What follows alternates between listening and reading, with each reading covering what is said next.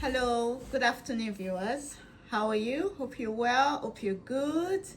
And happy new month, the month of August. So, my name is Stephanie, and I am the host for today on this platform called Stephanie Glam. For those of us that don't really know what Stephanie Glam is all about, so Stephanie Glam is a platform that has been developed to teach people on how they can all become a better version of themselves, either in their career, in their jobs, among their friendship, and among their relationship, in everything that they hold dear, how they can become a better version of ourselves. So here at Stephanie Glam, we are all about getting better and improving on our skills. Okay, so if this is the first time you've tuned in today, I appreciate you. Thank you so much for tuning in. And if any of these videos that we're going to be discussing today, or the ones that we've discussed in the past, or just take your time and go backwards 3 years ago, if there is any videos at all, any topics that resonate with you, please just give that video a like. If the one we're discussing today resonates with you, give it a like also, as this helps to increase the views of this channel and also increases the rate of content that I'll be bringing up on this platform.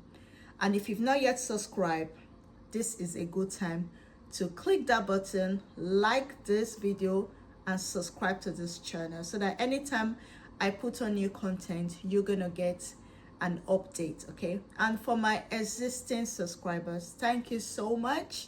Thanks for your patience, thanks for your care, thanks for your encouragement, thanks for your love. I appreciate you all. Please share the message about Stephanie Glam so that people can get to listen to this message. If this message is shared on this channel has been helping you in any way, I would ask you to please pass on this message, pass on this channel so that people will get to listen to the benefit of Stephanie Glam. So before I go any further, we are going to be talking about a topic today, following up from the previous topic. The previous topic that we talked about was seeking help from home. So this is going to be a continuation from that topic. So if you've not watched the previous video, I will ask you to go back and watch that video, because this video today is going to be a follow on from the previous video. Okay, so today we're going to be talking about seeking help from the place of work. So have you ever been in that situation? I have, whereby I have been assigned a task or a project, or maybe I have been trained on how to carry out a particular task, and now I am now approached with a situation whereby I have to apply that training I have had to complete that task. And to be honest, I forgot. I'm only human. I have so many things going through my mind sometimes. And now I've forgotten how to even apply what I've learned in that training to the tasks I've been given. So what do? I need support. I need my colleagues. I need the experienced staff that has done this well, and they've done it so well before. I need them to help me, to maybe just give me an hint, or maybe just remind me of the steps that I need to take in order to be able to perform the task to the acceptable standard. Okay, and now I am stuck. How do I approach this colleague? How do I make them realize that I need help without them without them judging me or them thinking I am incompetent? Okay, because sometimes they will say, but you've been trained how to do this, why can't you do it? So if you've been in that position, you are not the only one. And I am sure there are many people on this platform that have been in that position before. So this is why here at Stephanie Glam, we talk about these things, because we are all about self-development and self-improvement. So if you've been in that position before, I would say just open your ears very wide, because I will be sharing some really good hints that has helped me, and I hope it's going to help you too. Okay, when you are assigned that particular important project in your place of work. Okay, number one way of asking for help from your colleagues is to have a clear communication. Okay, so be clear on what you want support with.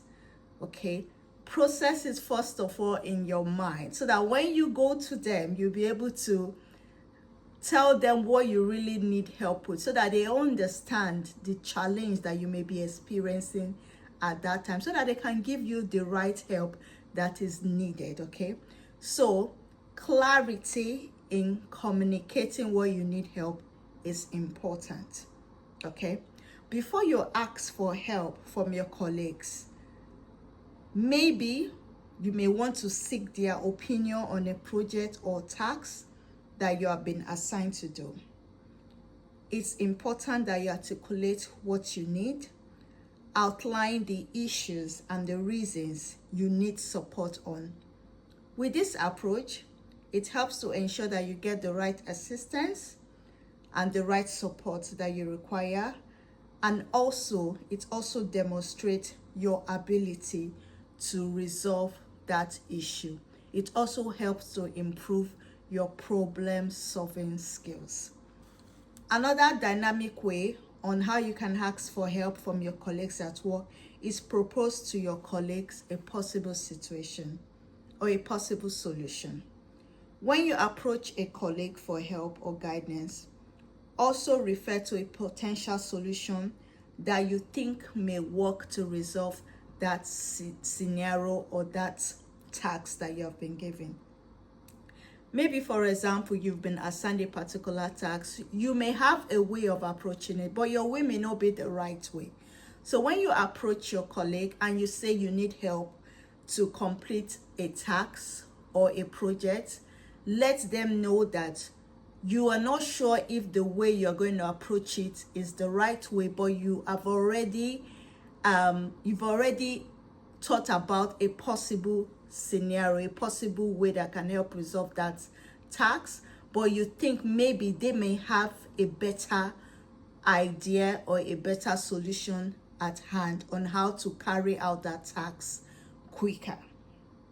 So this approach will show that you are proactive in your thinking and you're not just offloading your own problem to them.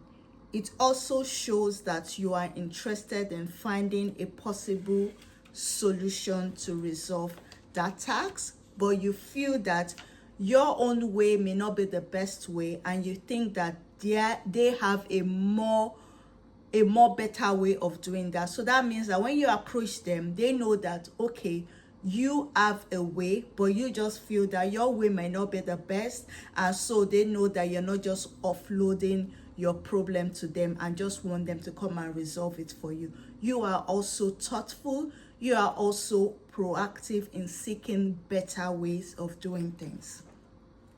Another way you can approach your colleagues for help at work is to be professional in your approach. It is important to choose the right timing for communicating when you need help.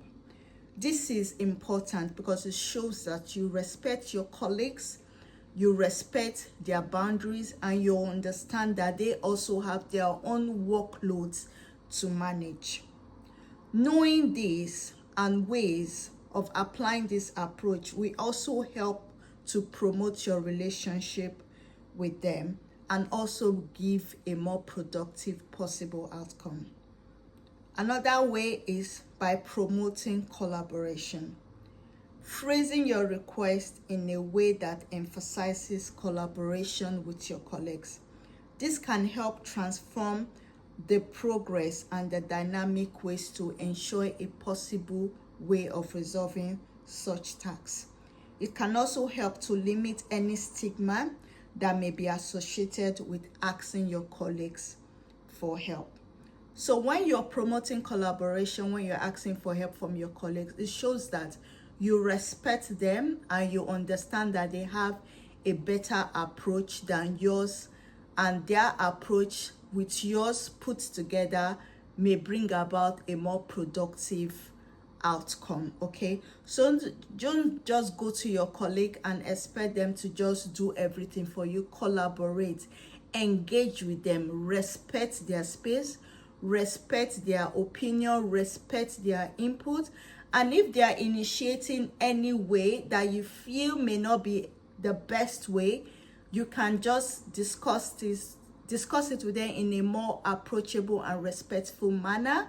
But engaging with your colleagues shows a productive engagement and can also improve a more dynamic relationship with your colleagues to ensure that that task is done in a more productive way. So let's digress a little from there. Now, this is going to lead us on ways on how to look for tips on how we can gain confidence, because before you ask for help, you need to summon up a bit of confidence within yourself, especially in a work environment where people can easily be dismissed and people are very quick to judge the workload or the output that their colleagues may be giving.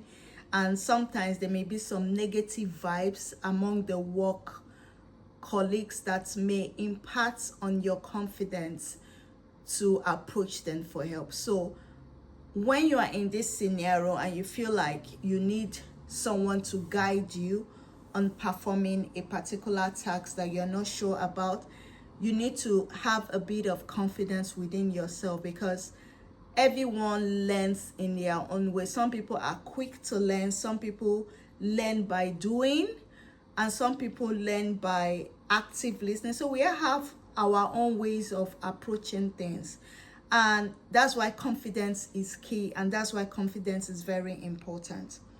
One way of addressing this is by practicing self-awareness. So you need to be aware of the dynamic within your work colleague. You need to understand the team's dynamic. How do the teams work?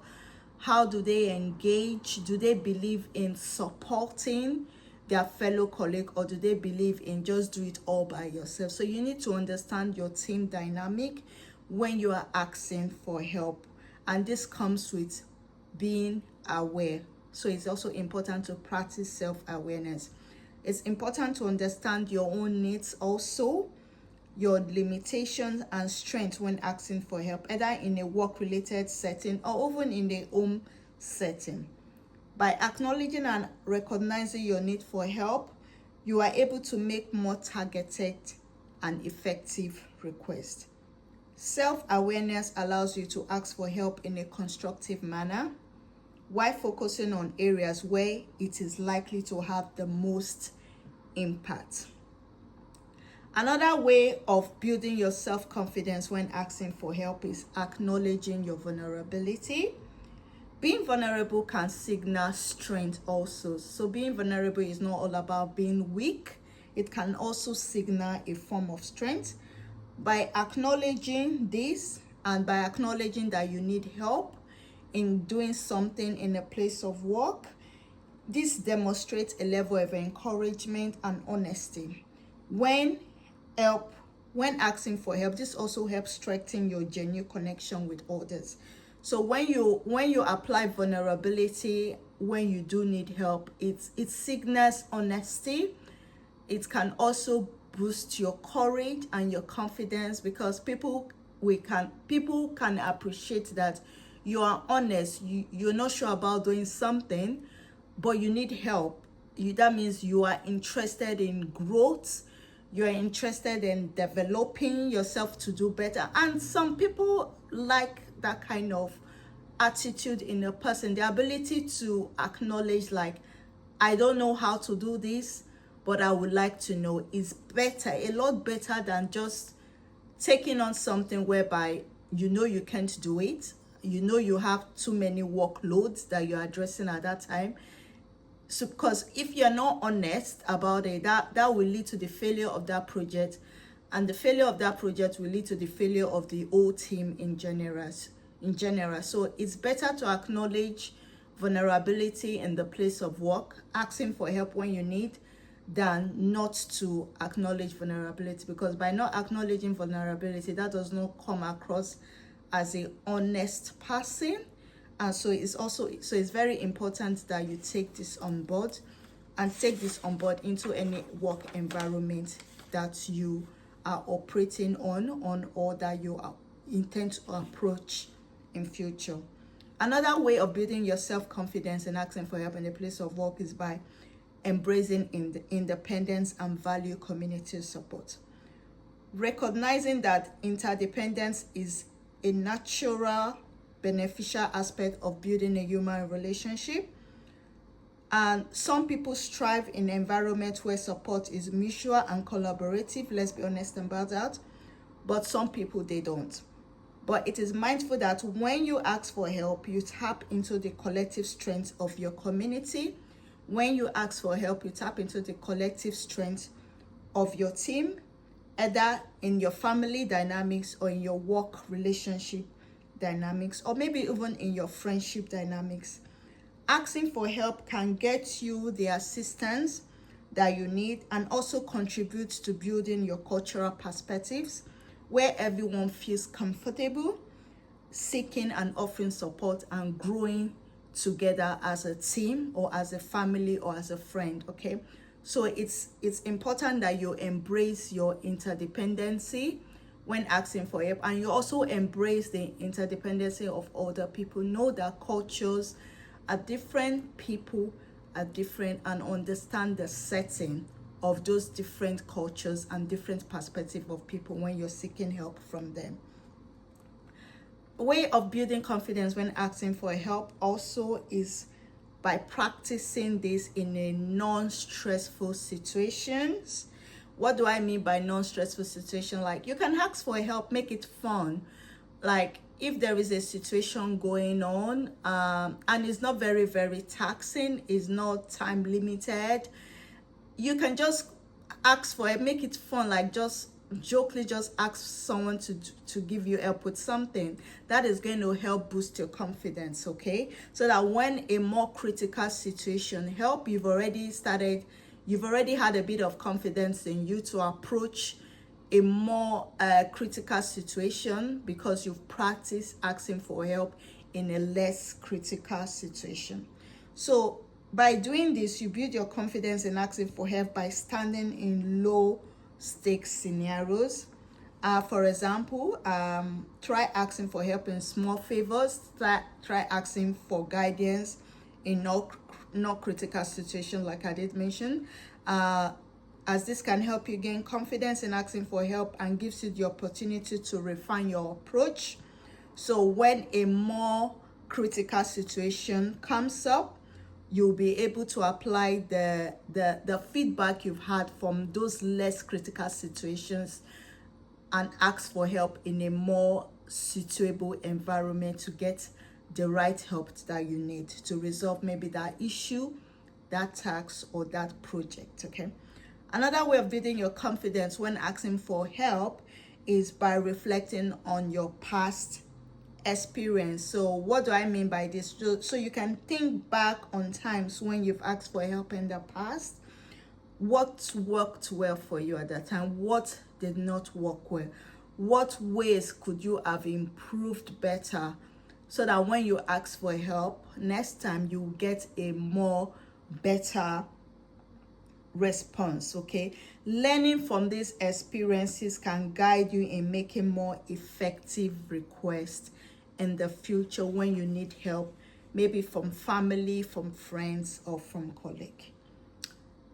One final way we're going to add to this is when you've asked for help, it's also important to seek feedback because like I did say, cultures are different, people are different. Okay, people have approaches are different. So when you've practiced an approach of ways of asking for help, maybe in your family or in your colleague or among your friendship, and you really got a positive response from the person you were asking help from, seek feedback from that person. Can ask them, how did I come across to you when I asked you for this? Did I come across well? Is there any way that I could have improved better? Okay, this can provide you with valuable feedback from these people and insights into how your approach has made them give you that help that you needed. Because to be honest, when you ask for help, they can either say no or they can say yes. So if they said yes and they said it in a good way, without judgment or stigma, ask them later when they've given you that. Go back, ask them later, like, thank you for giving me that help, or I'll need to know, how did I come across to you? What really made you to say yes to me when you could have said no to me? So seeking feedback from that person is also going to help you apply that approach to another situation, another environment, or another scenarios, and people just keep saying yes, yes, yes, yes, yes to you all the time you need help. Okay, so don't forget to ask for feedback when you've received that positive help that you need. Okay, so one last final point on how you can boost your confidence when asking for help is to celebrate your success. Yeah, celebrate your success. Every little win helps, just like every little bit helps. When you have successfully asked for help and have achieved that positive outcome and that positive help that you require, take a moment to acknowledge and celebrate the success achieved, as this can help reinforce the behavior and also boost your confidence, making it easier to ask for help again when it is needed or required. So it's been a lovely moment this afternoon sharing these tips with you. I hope you've learned something from it.